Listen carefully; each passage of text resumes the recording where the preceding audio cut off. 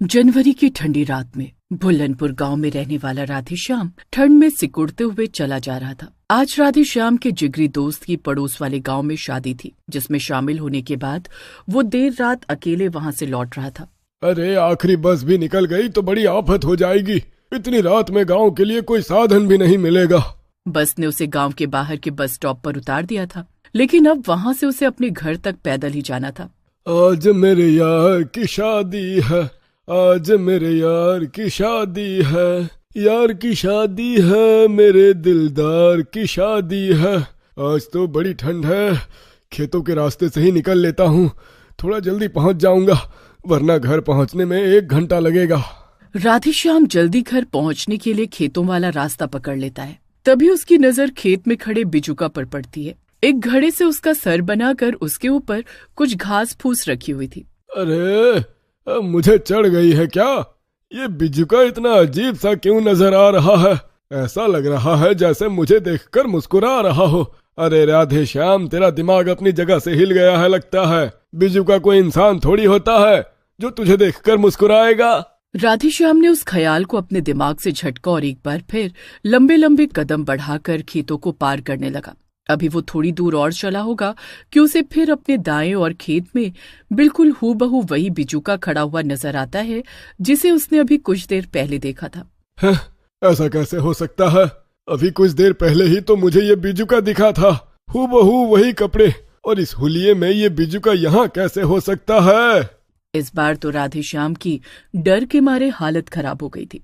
अरे राम राम राम, अरे इसका मतलब मुझे कोई गलतफहमी नहीं हुई थी। ये कोई बिजुका नहीं बल्कि भूत प्रेत लगता है। ये तो रास्ते के बीचों बीच खड़ा हुआ है। अरे करूँ तो क्या करूँ? राधेश्याम की अब आगे बढ़ने की हिम्मत नहीं हो रही थी, इसलिए वो वापस जाने के लिए जैसे ही पीछे मुड़ता है, अपने ठीक पीछे भी उसे एक और बिजुका खड़ा हुआ नजर आता है। मैंने तुम्हारा क्या बिगाड़ा है?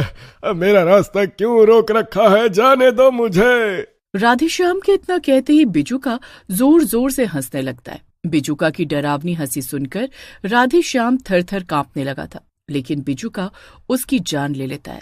अगले दिन सुबह जब गांव वाले खेतों में आते हैं तो वहां पर राधेश्याम को बिरजू के खेतों में वे देखते हैं। उसके सर से खून बह रहा था। गांव के एक नौजवान युवक की इस तरह से मौत हो जाने से पूरे गांव में अफरा तफरी सी मच गई थी। कुछ दिन बाद, तुम्हें पता है ना, दिन छिपने के बाद खेतों में आना सही नहीं होता। अभी पिछले हफ्ते राधेश्याम यही खेतों में मरा हुआ मिला था। डर नहीं लगता है क्या? अब ये क्या बात हुई? दिन के उजाले में तो तुमसे मिल नहीं सकते, इसलिए दिन ढलने का इंतजार करता हूँ। अब तुम रात में भी मिलने से इनकार कर रही हो। घबराती क्यों हो? मैं हूं ना तुम्हारे साथ। ये लो, तुम्हारे लिए शहर से तोहफा लेकर आया था, वही देने के लिए बुलाया था यहाँ। चलो अब तुम पहले जाओ, थोड़ी देर बाद तुम्हारे पीछे पीछे मैं भी आता हूँ, वरना किसी ने साथ में गांव में आते हुए देख लिया तो बवाल हो जाएगा। राधा और मुकेश इसी गांव में रहते थे और अक्सर ही दिन छिपने के बाद खेतों में एक दूसरे से मिलने आया करते थे। मुकेश से तोहफा लेने के बाद राधा जल्दी जल्दी खेतों से निकलकर गांव की ओर जाने लगती है। अभी वो थोड़ी दूर ही पहुंची थी कि उसे किसी के हंसने की आवाज सुनाई देने लगती है। मुकेश, मस्करी बंद करो। तुम ही हो ना पीछे पीछे आ रहे हो और मुझे डराने की कोशिश कर रहे हो? तुम्हें पता है ना मुझे अंधेरे से कितना डर लगता है। राधा के इतना कहते ही हंसी की आवाज बंद हो जाती है और राधा एक बार फिर गांव की ओर जाने लगती है। तभी उसे अचानक अपने सामने एक बिजुका खड़ा हुआ नजर आता है। अरे, ये रास्ते के बीचों बीच बिजुका किसने लगाया है? इसे तो खेतों में लगाया जाता है ना। राधा तेजी से बिजुका के पास से गुजरने लगती है कि तभी उसे ऐसा लगता है जैसे किसी ने उसका हाथ पकड़ लिया है। कुछ ही देर में उसकी 1 सप्ताह में हुई 2 मौतों के बाद पूरे गांव में डर का माहौल बन गया था। लोगों को इतना तो समझ में आ ही गया था कि गांव में जरूर कोई भूत प्रेत आ गया है जो दिन छिपे लोगों की जान ले रहा है। कुछ दिन शोक मनाने के बाद गांव वाले तो अपने जीवन में आगे बढ़ गए थे, लेकिन मुकेश चाहकर भी राधा को भूल नहीं पा रहा था। राधा, मेरी राधा, मैं खुद को कभी माफ नहीं कर पाऊंगा। सब मेरी ही गलती है। ना मैं उसे रात में मिलने के लिए खेत पर बुलाता और ना मेरी राधा की जान जाती। वो तो अंधेरे से वैसे ही इतना डरती थी। भगवान, अगर किसी को मारना ही था तो उस भूत ने मुझे मार दिया होता। जब तक मैं पता ना लगा लूं कि मेरी राधा को किसने और क्यों मारा, मेरे मन को चैन नहीं मिलेगा। अपना दुख लेकर मुकेश पास ही के गांव में रहने वाले एक तांत्रिक बाबा के पास जाता है, जिन्हें भूत प्रेत भगाने की सिद्धि प्राप्त थी। बाबा, उस रात राधा मुझसे ही मिलने आई थी। पूरा खेत सुनसान था, गांव का कोई आदमी उस समय खेतों में नहीं था। मुझे पूरा यकीन है कि मेरी राधा को किसी इंसान ने नहीं मारा। जरूर इसके पीछे किसी भूत प्रेत का चक्कर है। अपनी राधा को तो मैं नहीं बचा सका, लेकिन मैं अपनी राधा की मौत का सच जानना चाहता हूँ। बाबा कुछ देर आंखें बंद करके बैठते हैं और फिर, देखो बेटा, तुम्हारी राधा को और राधे श्याम को खूनी बिजुका ने मारा है। उस बिजुका के अंदर एक शैतानी आत्मा है, इसलिए वो एक एक करके सबका शिकार कर रही है। लेकिन बाबा, बिजुका के अंदर आत्मा कैसे हो सकती है? बिजुका को तो हम गांव वाले अपने खेतों में लगाते ही हैं। आज से पहले तो कभी ऐसा नहीं हुआ कि कोई बिजुका शैतान बनकर गांव के लोगों को मारने लगे। देखो बेटा, दुनिया में अच्छी और बुरी हर तरह की आत्माएं होती हैं, और उस बिजुका में एक बुरी आत्मा ने अपना कब्जा जमा लिया है। उस बिजुका के शरीर पर जो कपड़े हैं वो किसी मरे हुए इंसान के हैं, इसलिए उस इंसान की आत्मा ने उस बिजुका को अपना घर बना लिया है। मैं उस बिजुका को खेत में रहने नहीं दूंगा। आज ही उसे उखाड़कर गांव से कहीं दूर फेंक आऊंगा।